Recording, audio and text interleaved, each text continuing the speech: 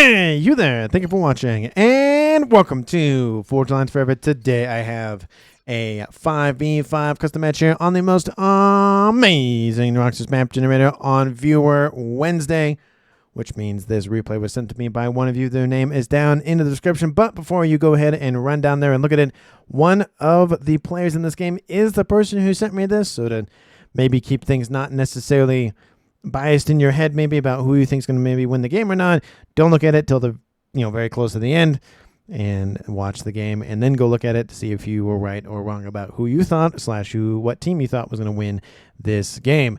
And without further ado, let's go ahead and introduce our teams and our players. We'll start with Team 1 on the northwestern side of the map, and then we'll end with Team 2 on the southeastern side of the map. Take a look at Team 1's regular side player in orange. The color orange, we have the Aeon of Babel. He is a 1500. We'll move to the south and then move northeast. We have in Barbie Pink, it is Raider playing as an Aeon as well. He is a 1900. Moving in northeast, we have in Snow White, it is Bitman, not to be confused with Batman, but it's Bitman. He is a Cybran. He is an 1100 again in Snow White. Moving on to the northeast side, we have in Regal Purple, it is a Friendly Foe. So is he a friendly foe to enemies, or is he a friendly foe to teammates? Anyway, he's a Cybran. He is a 1400. And rounding out Team 1, we have in Amethyst Purple, it is another Aeon. It is Guan for short is what I'm saying. His name is. He is, again, an Amethyst Purple as a 2000 rated. He's the highest rated player on Team 2. And for Team 1's overall makeup in terms of factions, it's very easy. There's only 2 factions on their side of the map. They have no UEF and no Seraphim, but they do have 2 Cybran and 3 Aeon. So again, that's 2 Cybran and 3 Aeon, no UEF or Seraphim technology. Moving on to Team 2's regular side player, we have in Ruby Red, it is the Seraphim of Garen for short. We have Guan on Team 1 and Garen on Team 2. He is in Ruby Red as a Seraphim. I butcher names, I apologize, but again, sometimes it's just hard to know how they're actually pronounced. To his west, we have in Light Oak Tan, it is Eco Player 7, playing as a UEF. He is a 1700. And next door to him, we have in Emerald Green, it is Gator, playing as a UEF. He is a 900. Lots of G names this game, which is very rare. To his east, we have in Glow in the Dark Green, it is Desert Wolf 216, playing as a Cybran, as a 1400. And then rounding off Team 2, we have in Rust, it is the Aeon of Nuggets, playing as a 2200. He is the highest rated player on Team 2 and in the game overall. So for Team 2's faction makeup, they do have 1 of each of the factions. So they have 2 UEF and then 1 Cybran, 1 Aeon, and 1 Seraphim, which means for the entire match, no faction is snubbed in the game. That's not already represented on each team, though. Again, Team 2 has at least 1 of each. Team 1 is Heavy, Cybran, and Aeon. So again, no UEF or Seraphim for Team 1, but they are represented in the game, at least all 4 of them, nonetheless. And for these 10 players on the map, we'll take a look at the reclaim situation, currently sitting at 24,000 mass in reclaim, which makes it 2.4k mass per play. And again, I am trying something out. I'm putting the minimap starting in the northwest corner of the screen here. I may move it maybe next game or something over here. Again, I'm still going back and forth about where I really want it. There's been conversation about maybe putting it over there, that kind of thing. I just kind of want to try things out and see where everybody lands on it. Again, just trying to make things a little bit better, because yeah, it is nice to not have to worry about, trying to look at the reclaim without having to kind of parse through it with the scoreboard or whatever. But I hardly use the little how much mass and whatnot is in the bar thing, so it's kind of just not really useful space. So I don't know. It's just one of those things where I'm just trying to see how everybody likes it. We'll take a look at where these players are headed off to in a moment, but I will note that gun has been started for Friendly Foe in the northeast side of the map. We have, looks like 2 players from Team 1 headed to the eastern side. The 2 purple players makes things easy. It's Guan and then Friendly Foe. Team 2's Nuggets is already over there on the eastern side, with Desert Wolf moving to join him. Middle of the map, it's 1v1 between Snow White Bitman and Emerald Green Gator. And then Team 2 southwestern side, looks like Team 2's regular side player of Garen is not joining his teammate in any regard, so it's going to be a 2v1 in favor for Team 1. Actually, no, it's not happening because I miscalculated who was what. Eco player is going to be facing off against Raider against a 1v1. And the Rigodosa player from Team 1's Babel is actually moving eastward. So it's actually going to be a 3v2 over here for Team 1's favor. 1v1, 1v1. And then it's going to be the Rigodosa player of Team 2's Garen hanging out in the back line. Gun start for Team 1's Raider. Gun start for Team 2's Eco player with a little bit of skirmishing going down with some forces there. Gun start for Team 2's Desert Wolf. Gun started for Team 1's Bitman. Continue on the train of the guns? No? Okay. And gun is now done pretty much for friendly foe. Taking a look at the additional mixes, there's not really a lot down the central line. There's a couple of mixes here in this really odd shape in northeastern corner that looks like some weird Galaga enemy thing. Anyway, a couple of mixes up there, but not a whole lot. There's a trimix position here in the southwest, one for each team. And then, of course, some trimix positions in the back line for players to grab as well. Not a whole lot, to be honest. Just more one-offs more than anything else. Gun started for Team 1's Guan in the north. And it looks like players may be starting to fight directly with one another here in a moment. And in the west, it probably will happen between Raider and Eco. Raider hanging out on that nice little hill there. You can see him looking down at his opponent. Eco player done with his gun. Again, it's gun speed / range for Raider, and it's damage and range for Eco. Looks like they're going to trade the first blows of the match. There they are, shooting at one another. Hit point advantage does go to Team 2, but just slightly. It's 11,000 to 12,000.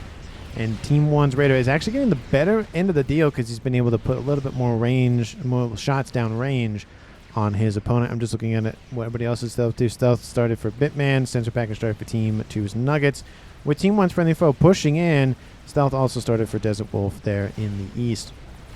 Forces inbound. Lots of blazes already online for Raider. And Eco is dropping hit points fairly quickly. Not looking good for him. He's almost in the red. Not looking good. He's almost at 1-star vet, but still not looking good at all for Team 2 on that western front. Eastern side, we have Nuggets is done with the sensor package upgrade. Looks like maybe he's trying to sneak up on Nuggets. This would be a nice grab if Team 1 kills off Nuggets. Again, that's a 2,200 removed from the game. It's going to be a huge advantage to Team 1. And not Eco player, but Desert Wolf is still going on his upgrade. He's at Nano right now. We have friendly foe. He's not getting in the water. He needs to get in the water. Again, he's facing a hit point disadvantage. He does have the gun, which favors him, but there are some PD, a little bit north of his position. He definitely wants to hide in the water and maybe recuperate a little bit. Shield started for Raider in the west. And Nano Repair is almost done for Desert Wolf with Team 1's Guan pushing in from the north. And T2PD trying to keep him back. Now we see friendly foe back out of the water once again. T2 Naval Land Headquarters, is online. And Desert Wolf not pushing in just yet in the middle of the map. Nothing really engaging commanders-wise. Looks like Babel actually joined the middle instead. So it's a 2v1 in that regard. We do see Shield is progressing, but it's slow on that western side. And Eco player did get that 1-star vet. Nuggets underneath some shielded protection from some asylums, going after a friendly foe, and his teammate of Guan trying to push in from the north. Guan is dropping hit points because of the PD emplacements. One more shot will kill him. There it is. And Team 1 loses Guan at 10 minutes even. That is unfortunate, which means it drops this game to a 5v4 in Team 2's favor. We have a dual commander push here from Team 1, Babel, all by his lonesome in terms of units, but Bitman has joined him with all of the forces. In the middle of the map is going to be shoved backward. Team 2's Eco has to be careful because it's not really looking good on hit points. Probably should go for the Nano just to recoup quickly. And now we have Team 1's friendly foe surrounded by 2 players from Team 2. He's not getting out of there. Torp bombers are maybe going to be built here, but we do see Torps being built for Team 2's Nuggets. And we have Torpedo even started for Desert Wolf, and that's going to either force foe to leave one way or the other, either on land or just hang out in the pond. Not looking good for Team 1's foe there. And Eco still holding on, dropping almost into the red. Maybe he's kind of in and out of that territory, but again, not looking good for him hit point wise. Torpedo at 11% and climbing. Friendly foe still hanging out there. We have Team 1 Torp launchers firing at friendly. He has to get out of there. Nuggets is just waiting for him to show up. Team 2 definitely knows he's there. They can literally just see him with Nuggets' nice little sensor package upgrade. And looks like friendly foe trying to escape down this little avenue this way. And you can walk through that, so it will kind of confine the target profiles from Team 2. Down again this narrow corridor. Did I hear a strat bomber? I think I heard a strat bomber somewhere. No idea, but anyway. Friendly foe dropping into the red, sub 25% hit points. Blaze is still poking and prodding at him. Are there any torp bombers in the area? He's going to pop back into the water, which he does. Still not looking good on board that Commander. Nuggets chasing him down. Desert Wolf starting to chase him down. He cancels the torpedo upgrade because he was just trying to build it on board his comm to trying to force out Team 1's friendly foe. Bomber is online for Garen. Don't know what he threw at or where he threw it at from on Team 1 side of the map. ASFs are also online for Babel, so not really going to be an easy advantage one way or the other for that bomber, but it is online, so he may go after Commander. Could try to snipe friendly foe. He's just kind of being shot up by Wagner's at this point. Again, they have torpedoes. The only T2 non-hover tank for... It's the T2 tech for anybody because everybody else goes for hover, and this one goes for underneath the surface of the waves, which in this case is very useful because torpedoes are forcing him out of the water. We do see a couple of interceptors there hanging out. He might get some veterancy from that. He's already at 1 star, but I don't think he'll get further than that. But Team 2's Desert Wolf will probably claim this kill. Again, a lot of damage done by Nuggets' forces, but it looks like it's going to be Desert Wolf's to take home. Looks like he's actually booping the comm to prevent him from getting back on land, preventing him from overcharging. And we have hover units inbound as well. Bomber will drop a payload, but friendly foe does get on land for a second. It's going to go to either one of them, but looks like it will go to Nuggets. In Western Front, we have Eco needs to get underneath the surface. It does look like Raider is going to be able to use that shield upgrade to kill off Eco. Looks like Eco was, for a second, going to try to go for a nice little AoE explosion to kill off a lot of the forces, but they're going to get away. Eco needs to dip underneath the surface of the waves, 1,200 hit points, and falling. Not looking good for him. His forces and stuff are being depleted quickly. Not looking good for him. He's going to pop out of the water for a little bit. He does have the nano online to help him out, but there's nothing inbound to assist from Team 2's, Eco or anybody else for that matter. And Eco's going to drop hit points very, very quickly. He might get some nice little AoE from his comms explosion to kill off a lot of the forces, which he does. And looks like he even does some damage to Raider's comm, but that is a win for Team 1. It went from a 5v5 to a 5v4 to a 5v3, and then quickly went to a 4v3 in favor for the southeastern team of Team 2 still, but Team 1 does now have a kill. Middle of the map, we have Desert Wolf engaging Bitman. It's Gun Nano versus Gun Nano. Hit point advantage goes to Team 1 with 3-star vet versus Desert Wolf's no-star vet. T2 started for Gator, getting some PD to protect himself. Interesting configuration there. Definitely easily overcharged, just because the nice little AoE on that, so probably not the best idea stacking them up, but who knows? Maybe it'll work out. Maybe it won't be expected and not really pointed out until it's too late kind of thing. Team 2 barely winning the eco game at 480 to 450. And looks like things are quieting down on the eastern front. Western front still pushing in slightly for Team 1, but a lot of those forces were depleted because of that comms going critical. So not a lot of firepower online for Team 1 for now. We have some PD being built now from Team 2 to try to protect that western approach. Nuggets gets control of those forces. Probably might be better off to hand them off to, I don't know, somebody. I don't know who. But Nuggets is going to have to be running around the map. He does give them over to Gator to assist that a little bit better. We do see Bomber still kind of alive and kicking. No veterancy for him. That's the old one. No, that's another one. I don't know if the old one's still alive or not, but there's 2 of them now online. Drop Bomber will drop a payload right in the mix of all that. T1. Ooh, that's a nice grab. Kills off 29 units. Kills off 1,300 mass with that first pass. Does take a decent amount of damage. But again, 13 units is kind of nice, and T2 units roll up to start thinning them out a little bit more. Right. Make for a nice, easy approach. The laser started not even 20 minutes on the clock. Ha ha ha, went to the 900, says Desert Wolf. No idea what that's about. And Team 1's Raider slowly just kind of carving away stuff on that western front. Advanced range started for Team 2's Nuggets. He also has shield on board. The 1600 didn't want it, says Nuggets. Hey, buddy. Oh, he's talking to the 900, I guess. Team 2, those strats are still hanging out. Again, one of them is damaged, but still alive and kicking. The comm from Team 1's Raider has popped out going after this position. There's a couple of PD emplacements. Not enough to stop the comm. That overcharge really wanted to get that land facility, I guess. He's taking some damage from that Team 1. Needs to be careful about that overcharging. kills something off. Kills off those pillars, but the shield is essentially depleted. It's recharging fairly quickly. Look at that. Looks like he turned it on and off to try to save its capacity a little bit.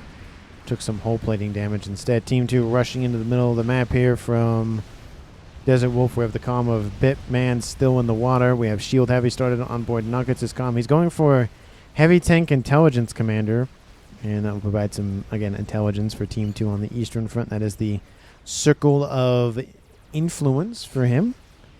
And this position for Team 2 is not looking great, but, you know, it's slowly being carved away. We do see some forces inbound from him once again on the western side. Raider trying to push in. T2PD has been built. Probably needs some T1 mixed in there, but they are outputting some damage. The Asylum's really keeping those blazes online. It's going to be death by 1,000 cuts. T3 land has been started. Probably needed to invest a little bit more into T2 tech at this point, since that's the only facility. These mexes are going to die sooner rather than later. Most of the PD are now gone.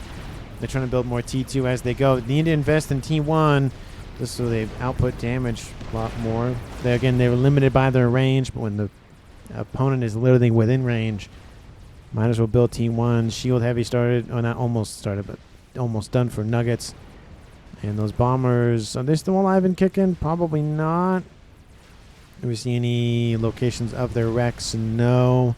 They could have already been scooped up. Oh, no, there's one up there all the way to the north. Looks like no damage really done. Pigeon was hit, but it's going to get reclaimed anyways. Maybe it was hit, maybe it wasn't. But it's going to get reclaimed and switch out for T3 anyways. So regardless if it was hit, it's still gone. Western front, this main base for Team 2's Gator now is pretty much gone. His main, his like actual starting base is under threat. And some mexes from Team 2's Garen are under threat now from those Hovertech Blazes. Again, given the fact that a lot of the map is kind of carved up by these little waterways, having that hover is huge because it avoids the having to go all the way around or go a different way or whatever. You can just draw a line and go that way, and it goes, okay, and it hovers over and calls it a day. Nuggets in the middle of the map getting shot at by some Harbingers and other forces, some bricks as well. His shields, his additional shielding is down, but his primary shield is still holding. And he's going to get some veterancy. He's at 2-star vet. He'll probably get close to 4, if not be close to 5, with all the T3 units here. He's being focused down, not as much as you would think. The remaining T3 forces are being dealt with. T1 PD opening fire now. Overcharge kills off that brick. He's now up to 4-star vet. Again, he's closing in on that 5. Those T3 units are worth a lot of mass. So you can get that veterancy up very, very quickly if you have the power to consume for the overcharges. Nuggets' shield is half done. Kills off another set of Harbingers. And that'll get him to almost 5. He'll probably get close with this last Harbinger. There's the shot. He's at 9.1 out of 10. So he is fairly darn close. And Team 1, they do have more forces inbound, but they're thinning out on the hit points on the units for sure. Western front looking very good still from Team 1. Again, they pushed out an entire player's base of eco. And now we have Volthus over the top going after the remaining blazes. Probably would be more useful going, south, but technically the work has already been done. From Radio killed off a whole main base. Team 1 is losing the mass game still at 800 to 650. So Team 2 is doing a very good job of ecoing where they have stuff. Nuggets is losing tons of hit points. He's at 5-star vet now. His shield is down. Not looking good. Overcharge kills off another brick. He has a nice little asylum to protect him. And he's dropping below 5,000. Overcharge kills off another set of bricks. He has some assisting bricks nearby. 2,500 hit points remain out of a total 41,000 and some change. That is a huge deficit. He needs to get back home, sit there underneath some glow lamps or something, and just regen, because that is definitely not good. Because Team 1 could easily snipe him with a strap bomb. Well, 2 strap bombers at this point. But that is, oof.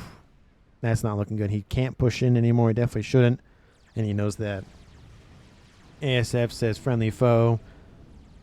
Again, is he a friendly foe to enemies, or is he a friendly foe to teammates? I don't really know if that's been answered or not. Probably not. We do see more blazers still arriving from Team 1, but they're not pushing into anything critical or anything at all, so they're just going to get wiped out by a nice little formation move, keeping those units underneath shielding for the most part. That Riptide is struggling to stay actually underneath the shielding. But hey, even if it dies, it's only 1 unit out of, what, 5 or 6? So I think Team 2 will take that trade. If I could kill off 5 units for every time, depending on the unit, for team, let's say 1 in this case, killing off 1, I mean, just give the numbers, that team, your team is going to win because you kill off 5 to 1. Unless the other team's just out-producing you by just a massive amount. Nuggets is back up into the yellow. He's about halfway done regenerating his shielding. An explosion to the west, and Bitman kills off Gator with a Monkey Lord. And that is now a tied game, 3v3. That western side is getting chewed up by Team 1. And there are some gunships and ASF fighting one another. We do see the gunships again focusing the Monkey Lord. ASFs have now thinned out the ASFs in Team 2, and now the Monkey Lord's still taking damage. T3 land is online, but that's not going to matter for Nuggets because he's going to lose that. And now that western front is not looking good. Eco still favoring Team 2, so that eastern side of the map for Team 2 is ecoing pretty hard. We have Nuggets at, I was going to say 400, but like 300 something. We have Desert Wolf at 400. We have Garen at almost 300. Team 1, we have 2 300s and then a 130. So ecoing very good for a lot of players in the game, but Team 2 overall is doing a very good job, and that's with 2 bases knocked out. Team 1 still has all of their main bases just perfectly fine.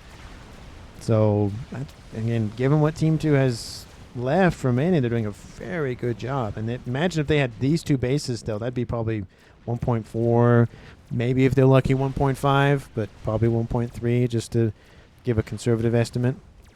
And there's been a lot of pushback from Team 1 on this front. They just haven't been able to push in. Nuggets and Desert Wolf pushing back quite heavily. Desert Wolf specifically has the laser on board. The Monkey Lord is still alive, and now we have a threat from the western side against Team 2. Team 2 not looking good. Mexes are vulnerable. That mass storage definitely should not be under the control of Desert Wolf because it's not going to give veterancy. And conversation from Raider about something. And Nuggets pushing in northward. Team 1, again, they might be spread thin a little bit. We have 2 bases over here and then 1 base under the control of a Raider. And these bases are now under threat. But the Monkey Lord is still moving to threaten the air player of Team 2's Garen. And not looking good there. The bricks... Actually, these are Harbingers, not bricks. Are still inbound. Harbingers getting some PD defenses as well. That probably should be enough for Team 1 to defend with, especially with the Harbinger assistance, and Nuggets knows it. He pulls back. Strat Bombers going after the forces, going after the Mexes. Saves maybe 1 if he's lucky, but this is the bad thing, because there is ASFs inbound to kill off bombers, and there's still that Monkey Lord now at 3-star vet to contend with as well. Team 2 needs forces on the ground immediately to deal with this, and now they're getting airlocked, so their main way to fight back is not looking good at all. But again, the eco, look at that eco severely dropping for Team 2. That is power related for Desert Wolf, so looking good. PD maybe, says Desert Wolf, talking about Garen. Just build something at this point. Monkey Lord is very far out of range, so they could get some defenses online if they can deal with these blazes from Team 1's Raider. Monkey Lord is inbound from Desert Wolf to try to intercept. Best bet. Looks like he's just going to intercept anything new coming in. And then Team 2's Garen control Ks, saying, no, it's not worth fighting anymore, and I'm just going to get out of there. And I don't blame him, because there is that threat inbound. T2 PD trying to be built as fast as possible. They're going to deal with the blazes pretty quickly, I would imagine. And the engineers not going to live much longer, but the blazes are the main target. The Monkey Lord is inbound. That air grid. Meanwhile, Desert Wolf was fighting versus 0. So there's conversation in chat about whatever's going on. Guys that think bottom died. Maybe GG, says Garen. He looks like he's still in the game, just didn't want to deal with the nonsense. Everything transferred over to Desert Wolf, so now he's sitting at more power, which means his eco looks like it fixed itself for now. Monkey Lord is inbound, and Mexes are being annihilated, and that Monkey Lord's going to get 5-star vet, and that's going to be a devastating monkey. We do see those remaining bricks from Team 1 have now run into their own Monkey Lord problems, and there goes that. Again, Desert Wolf has the laser on board, and Team 2 is just not looking good. We have 1 base dead. We have 2 bases, yeah, not great. And then the 3rd base is DED, DOA, DEAD, whatever acronym with death in it, and not good. 5-star vetted Monkey 79,000 mass killed. Now it just needs to be sent northward. It has the amount of hit points to actually outlive the Monkey from Team 1 and still be fine. Granted, fine would be, 10,000 hit points, but still. It's better than dying. Monkey engaging. Laser goes off just briefly ahead for Desert Wolf, give him a slight advantage. But look at that. Same rate, but the hit points are heavily in Team 2's favor. And 9,000, 6,000 hit points. That's how many hit points it takes to survive a Monkey Lord from Team 2, at least at this point. That is crazy to me. He's regenerating 135 a second. Monkey Lord is inbound, but that second Monkey Lord will be enough to kill off the first one. But how many more mexes? How many more mexes are dead? It's just not looking good for Team 2. If you're rooting for Team 2, dire straits right now. This would sometimes just be an automatic, okay, you win, we're done, let's go play another game. But Team 2's remaining 2 players are still sticking with it. I will note that Team 1, for the first time in the game, is winning the comms left alive at 3 versus 2. And again, it's the 2,200 of Nuggets and the 1,400 remaining for Team 2. It's the 1,900, the 1,100, and the 1,500 for Team 1. Again, ratings are not the end-all, be-all. Just like mass, it helps. It's not a guarantee. Bruh, though, it's a ML, says Raider, talking about the Monkey Lord over here. It's at 14,000, still in climbing. Monkey trying to catch up to it. Another Mex is dead. Team 1 skyrocketing in the eco now because Team 2 is lost severely. Desert Wolf also doesn't really have power because he's trying to spam build Monkey and power at the same time. Which, again, both things are valid. And now this little section of Mexes are probably the next target. And we have a GC online for Team 2's Nuggets. Second one also online. Looks like, ooh, maybe Avenue? Maybe kind of sneaking through that little attack vector there. Surprise attack from Team 1's forces. There is that Monkey behind the GC. And the GC actually blocking the ability for that Monkey to do damage because... Oh, no, it's still... It's shooting to the legs. Never mind. It looked like it was trying to shoot the units in hand, but Monkey will fall back. The GC will win that fight from Team 2. Will, of course, kill off a couple more units, but that'll be the end of that. Monkey still causing some havoc for Team 2. Monkey secondary weapons are in range from Team 2 to deal with that. Another Monkey coming in to squeeze out the life of Team 1's Monkey Lord, and looks like he's just going to meet death gracefully by running maybe headfirst into it. But there's so much pressure that could be mounted for Team 1. They could land engineers, get reclaimed, build facilities, cause more annoyances. Bricks being eliminated, trying to slow down the Monkey. The Monkey Lord will finally be defeated. But that's a lot of mass. That Monkey Lord killed off. And the GC gets hit by some nice little strats. The Monkey Lord also dies. Trade-wise, in terms of units, Team 2 will take it. But in terms of reclaim, Team 1 will be very happy with that. Got this, ML says eco, right? So Team 2 probably just needs to send maybe both Monkey Lords west, clean out as much as they can, and then give them enough space to rebuild, because it's going to be a while before all that stuff is rebuilt. 30 minutes almost on the clock. And then Team 1's now at 1.2. The script has been flipped. Team 2 is winning by about that same amount of mass. And that is a huge advantage to have, being able to say, no more mass for you, And there is a Monkey Lord from Team 2's Desert Wolf now running amok, now close to Team 1's side of the map. And when I say close, I mean right in front of Bitmap's base. There's some Loyalists and Bricks moving into intercept. There is a Megalith trying to be built as well. Good luck with that. I'm zooming out just for a second. GC on the eastern side getting bullied by Strats, and a GC wipes out some of the base for Raider, but not a whole lot. It's some of it, not the significant portion of it. And Raider is in the pond. He's going to be unaffected by the Monkey Lord. Monkey Lord might have a nice little say, hey, I'm going to repeat what Team 1 did, but maybe not as effectively, because Team 1, has stuff in the air and other things that can deal with that quite easily. Team 2 just didn't have that at the time. And this little section of the map is Team 2, and Team 1 owns a huge portion of that. Everything west of that is what they own. A significant portion. This is just kind of, some of that's just kind of no man's land at this point. Monkey Lord getting bullied and tickled by some server speedy. I don't know why he just didn't try to cancel that the Megalith. He's trying to get further into Team 1's territory. It looks like Strats are inbound to assist, dropping hit points 3,000 at a time. Another Strat inbound. That one actually hits the environment.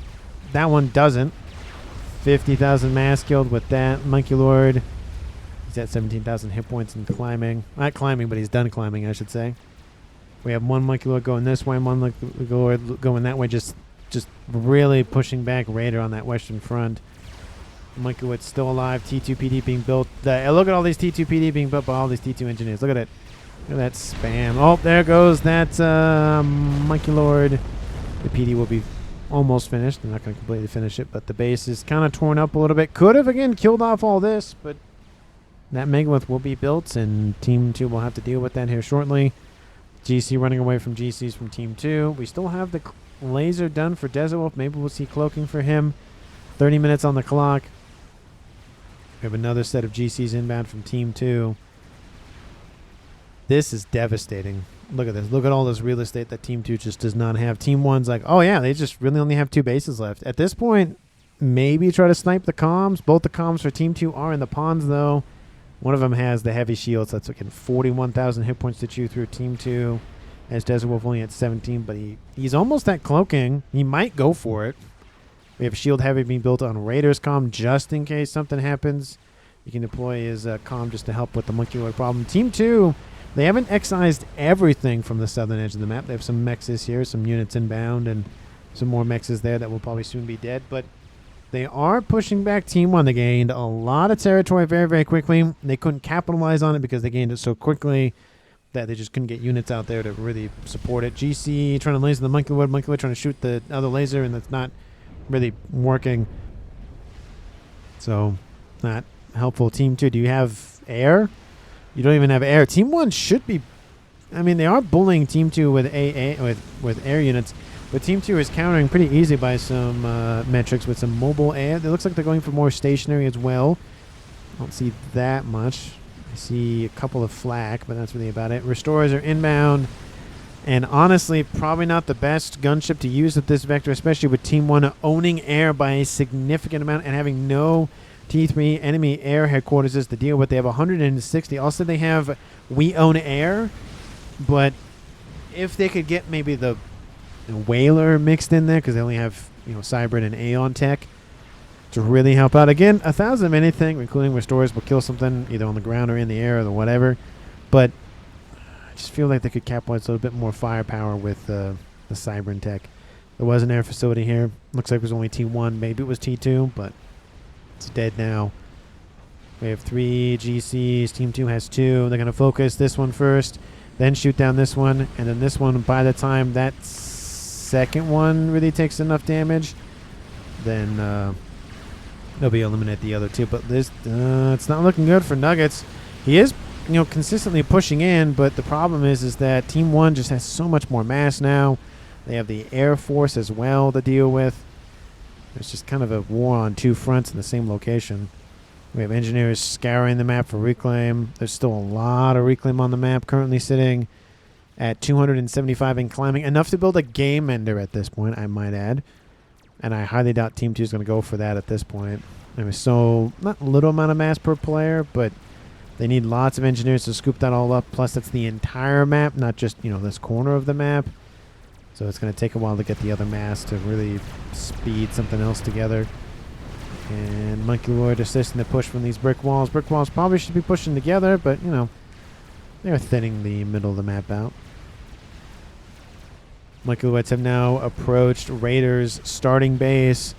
The Megalith over here almost killed off this monkey, but it got into the pond at the last moment. Laser should activate. There it is. Kills off some P-gens for Raider. Again, he's not really hurting too much. He has bases to the north, so he has fallback positions to get to, but looks like the Mega not really deciding what it wants to do. The T3 mexes are probably the big focus from Team 1, or from Team 2. This one doesn't die. This one also doesn't die, but that one is. The PD does get finished, so this Monkey Lord will get tickled somewhat to death. Not a lot, but somewhat. We have the Monkey Lord from Team 2 continuing to push from Desert Wolf. And even if Team 1 wins the game, I'm going to say MVPs are just the fact that both of them did not quit, especially with the Monkey Lord that charged in and said, we're going to stick with it until, the end of times. And there's something to be said about that, so I want to shout that out before I forget, because I probably will. Monkey Lord dies. Megawatt does get singed a little bit because of the Monkeywood came in from behind, it looks like, and had to turn around and face it. And we have Monkeywood continue to push down the middle. The Restorers went after other units. The middle of the map is gone for Team 1. Eco's about evening now at this point. It looks like he's trying to avoid the line of PD, which he's actually doing a pretty good job of doing that because he's just going on the edge of the map, and I don't think Team 1 can see him, and that is a no. There's a recall order for Team 1. That's interesting. And I hear explosion of something. Looks like Monkeywood died. Yep, Restorers finally killed that off. There is the comm of Bitman over there in the pond. Looks like it's going for the air grid. ASF's yep, they're going to see the Monkeywood go. We're going to go for that now. Well played, says Raider. I mean, essentially it's what Team 1 did, just in reverse. In my reverse, I mean just what Team 2 is now doing to Team 1. Restorers are inbound for the Monkeywood. Monkeywood needs to get underneath water to protect himself. The Restorers do not have AoE, at least if it is, it's super tiny on board their weapon systems, so it's just what they can actually shoot at instead of a little bit of AoE. It looks like a little bit top of that Monkeywood is exposed, but Bitman will be forced out of the pond eventually now by the Monkeywood. Team 2, Eastern Front looking very, very well. Looks like Raider transfers everything over to Team 1's Babel, and then he just straight up control Ks. So now it is a 2v2 game. GC is denied. And I don't think... Does crash damage still happen? It does still happen. Okay, didn't know. Looks like he's abandoning that, just going straight westward. We have lots of Ascendant Flak online from Team 2 and some Redeemers as well. Again, the mix of both, especially dealing with gunships, is vital because then the T3 can focus individual units, and then the Flak can focus the kind of spread of the units. Look at it. Look at how many dead Restorers there are just in a couple of moments. And that's not good for Team 1's Raider. Not Raider, but Babel. I said Blade, but you can almost spell Blade with Babel. Just you need to flip that B around to be a D and then flip a couple of letters or move the letters around, and that's a Blade there. And GC is going to just run by. The Monkeywood has not moved yet. That's a huge not good thing for Team 1. Because that Monkeywood will at least help maybe slow the progress, at least target all the AA and then let the gunships come in and wipe them out. We have the Monkeywood, of course, distracting all of the everything because a lot of the Restorers were dead. And this air grid is going to get not good things happen to it at this point. And cascading kind of happening, but again, it's kind of a thinner environment for the lines, so it's not going to be as just boom, boom, boom, boom, boom, boom, boom, boom kind of thing. And, well, it's going to hit this P-Gen. It's going to hit a Max. Nope, going to hit P-Gen. Going to hit another Max. Gonna finally kill off that last P-Gen up there. Yep, there it goes. And that's half of the air grid or more down. Team 1 still owns the air. Team 2 just didn't even bother at this point. They do have an air facility online now, but they're not really spamming anything up. The entire southern side is devoid of Team 1's presence. For the most part, we have mexes here and here. It's only really mexes and maybe a couple of engineers. Nothing really, substantial in terms of forces. Flak thinning out the bombers. Bombers are going to thin out some of the AA, though. The gunships, not gunships, the GCs are retreating. 37 seconds on the clock. Megawatt coming in to assist. The Monkey was eventually defeated. We have another GC going around this way. And we have just tons of GCs being built by Team 2. And in terms of eco now, it's about dead even, but with Team 2 on the rise in terms of expansion, in terms of units, in terms of everything, it's not looking good for Team 1. And for a while it was Team 2, and then Team 1 just went nope, and then killed off everything in the south, and then Team 2 went, okay, let's take a breather. We'll push back. Finally push back. Forced to come to control K. Killed off a base there. There's a base dead there. Base pretty much dead there. Base kind of dead there. The mexes are still there, but that's about it. And now it looks like Babel is going to have to be forced to engage Nuggets down this narrow corridor. There are some avenues to attack from the side like we saw earlier, but only 2 megas versus 5 GCs in total. Yeah, that's not good. It'd be really funny if somebody just had a nuke somewhere and just blew up everything else. Wouldn't surprise me. Wouldn't be the first time, but it is one of those things where it's like, oh, that'd be funny if that was there and then it happened. It's like, oh, I did not just will that into existence at all. GC's going after the first of the 2 Megas. Megas will win one of the kills, but there's another GC. Again, badly damaged, but is inbound. Oh, don't switch targets. Kill off the GC that's almost dead. No, no, no, no. Switch target. Oh, that's not good for Team 1 because that Mega changed targets, and now that one's going to be surviving. And again, oh, never mind. It switched targets again. There he is. It's dead now, but how much more thousands of HP were lost because it didn't focus down that first one. And now it's turning away, and now it's gone. We have veterancy now for those 2 GCs, and they're going to push up the middle. We have a ton of flak, ton of shielding, ton of just the everything, and it might just be the end of Team 1's stay in the game. We have 2 more GCs, 2 more GCs. GG's in the chat from the players on Team 1 and Team 2. Monkey Lord running around. Hey, the Monkey Lord running around is resurfaced. Team 2 does have T3 units, so they could just produce some gunships or just straight Team 1 bombers and call it a day. Monkey Lord coming to say hi. Maybe we'll kill off that one. There's now 4 GCs here now. Some of them have regrouped with their buddies. And 1 laser, 2 laser, 3 laser, 4. They're crossing the streams just a little bit. There goes that. And really, Team 1 has the air units, and that's about it. Team 2's Nuggets still pushing in on the northern side. And that Monkey Wood is alive and kicking down here. Ravager's being built by Desert Wolf just to annoy it. It's not really being driven anywhere, so it's just kind of hanging out. Mexes are being eliminated by the 1s and the 10s. Not the 100s, but just the 1s and the 10s. GC's going to wipe out the remaining base here for Bitman. And Bitman will defend with a very newly minted Mega. And there's some bricks inbound to assist as well. This one should be targeted first. It's heavily damaged. It looks like he hurt me through the ether, but unfortunately it was too late. He maybe could have won the GC fight had he focused on the correct one, or the one that was heavily damaged first. Bricks inbound to thin out the engineers to prevent construction of new things. There goes the Mega. And the GC's now inbound for the air grid. Bouncer assistance as well, maybe trying to airlock or maybe just try to annoy. But Babel not going to be looking good. P-Gen's right next to him. Takes some damage in that regard. He's going to die by P-Gens. He's got to move. He gets out of range. Oh, no, he still gets hit by the other P-Gen. There's one more. Death by P-Gen. Death by P-Gen. Death by P-Gen? No? No? Oh, there it is. Death by P-Gen. Dies to the P-Gens, and now it's just Bitman remaining for Team 1. Don't know if Team 2 knows where he is or not. No, they don't, but they're walking right into him, it looks like. Hey, he's right there. Team 2 has come from behind and won it. And that was a great, great comeback for Team 2. It looked very, very dire, especially with the Monkey Wood running around, but they were able to fight back and push back, and that was about it.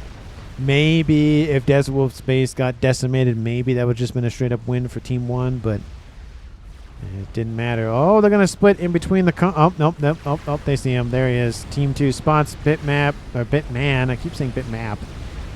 For, you know, obviously that's the normal... The Bitmap is the thing. But Team 2 wins the game, and Nuggets... I mean, I think he killed off 3 players.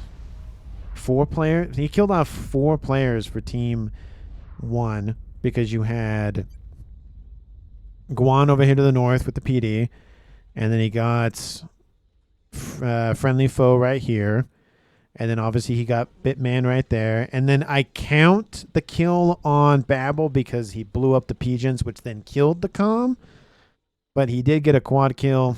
Not obviously, you know, double kill, triple kills in this game in terms of like the normal time that they are in first person shooters and whatnot is not very viable, but you got 4 kills in the game. It's kind of like League. It's like well, League does have double and triple kills. Not my point. Anyway, Team 2 wins the game. Let me know down in the comments who you felt deserves MVP. Again, it's between, obviously, the 2 players remaining on Team 2. I do want to lean towards Nuggets a little bit because of his, you know, multiple kills in the beginning and all that stuff. But I do think Desert Wolf does deserve a lot of credit because he pushed back. He grabbed a whole bunch of dead stuff over there for Team 1. Really set back Raider, essentially caused him to control K. And then it was just, I think, but the constant relentlessness of Nuggets continuing to push that way just definitely helped keep Team 2 alive. But again, let me know. It was a great play by Team 1 pushing the Monkey Lord in, killing off a whole bunch of stuff. But, you know, it worked. But they didn't win the game, so what can you say about that? But anyway, thank you so much for watching the very end of the video as always, and I will see all of you in the next one.